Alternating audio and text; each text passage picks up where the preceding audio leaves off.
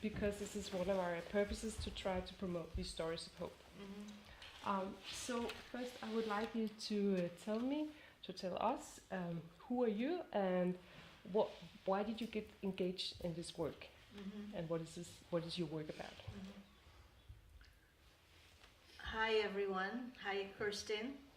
My name is Victoria Balleza. Mavic is short for Maria Victoria. And I come from the Philippines, so the colonial name. We were a former colony of Spain and then America. I grew up during martial law in the Philippines, or the military regime, under the late dictator Ferdinand Marcos. And I was about 10 years old when martial law was declared. And I lived in a poor neighborhood in Manila, and I saw how suddenly our neighborhood was transformed with one declaration. There was a curfew hour declared, I think from 9 o'clock in the evening. You're not supposed to be going outside of your home unless there's an emergency. And I saw a lot of police brutality.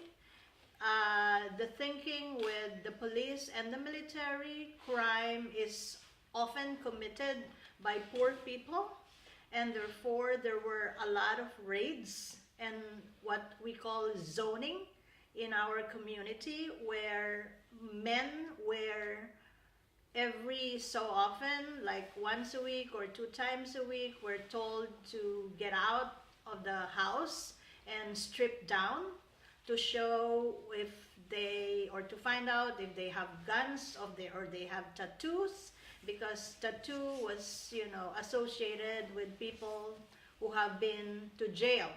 There's no asking what's the reason why you went to jail, and we know for a fact in the Philippines that at least 70% of the people who go to jail are convicted wrongly, or they have not committed crimes. They were accused.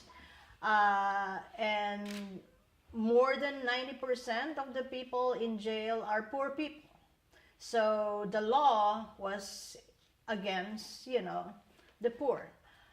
And that's what I saw growing up. And then when I entered university, at the University of the Philippines, I've known a lot of acquaintances and friends who have been arrested because of suspicion that they are supporting the communist movement. They are arrested for participating in rallies, and I grew up with all of inequality, injustices that I see around me. And then in my own home, I saw how my mother took most of the responsibilities. She and my father were both working, but when they got home, my father was served like a king. He wasn't doing anything. He's probably drinking with his buddies. And when my mother, apart from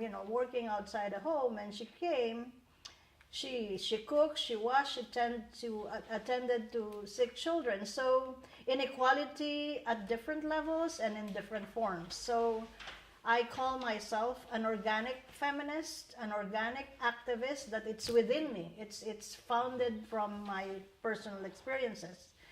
I worked a lot with the media, so it's very interesting that we're reaching out to the media. And I recognize so much power in the media. They set the agenda. And because media is very much either corporate controlled or government controlled, so you see where that agenda is coming from. And so I work a lot with community media because I see that's where the real power is, and that's where the real power should be. And that's the reason how I started on work on peace and security. I was hired by an international organization, International Women's Tribune Center, to produce local language radio programs on Security Council Resolution 1325 on women, peace, and security. this groundbreaking international law that highlights women not just as victims, but as peace builders and decision makers. So it was 2005, very few people knew about it. So I produced local language radio programs in Liberia, in Uganda, in Sierra Leone to make it known, because unless people are aware of the law, they won't be able to use it to their advantage. So that's how I started in this work. And what happened when you did that work? What happened when you produced radio programs about this? Did you see change? Did you see hope? Did you see some results? Indeed. First, a lot of the people we work with, by the way, we work a lot with local authorities, governors, mayors, local councillors, indigenous leaders, traditional leaders, and they were saying, this is so important to us. How come we don't know about this? How come we're not involved in formulating this when this is about us? We live the conflict in an everyday basis, and those people in New York, in the United Nations, there's people in the capital who are talking about this and not us. So what happened? A very, very concrete example, and I will cite examples from my country, the Philippines.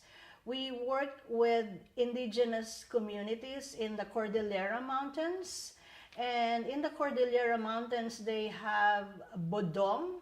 Bodong is from the drums, bodong.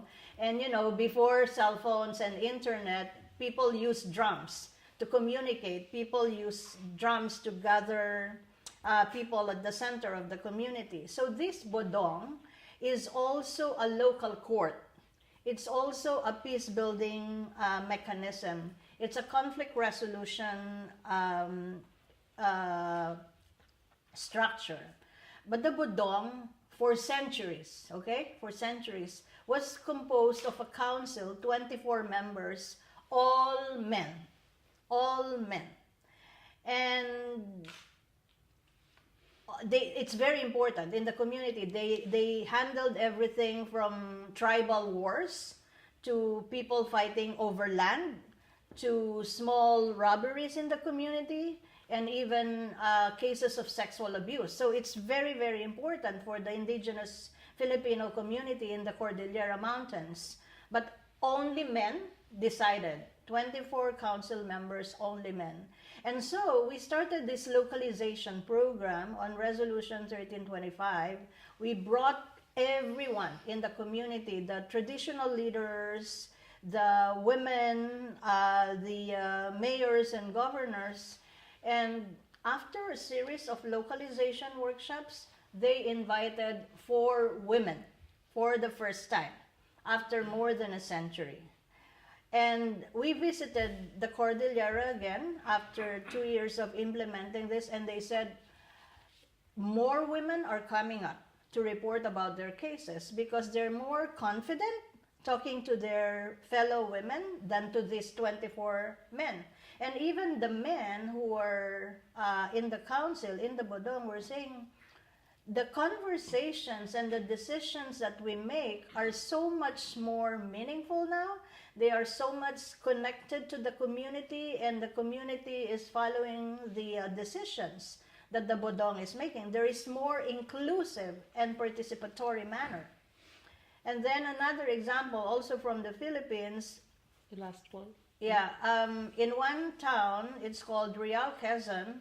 After a series of localization, the municipal council decided that at least 50% of all the appointive positions, there are 2 types of positions, elective from the elections and the ones that they appoint.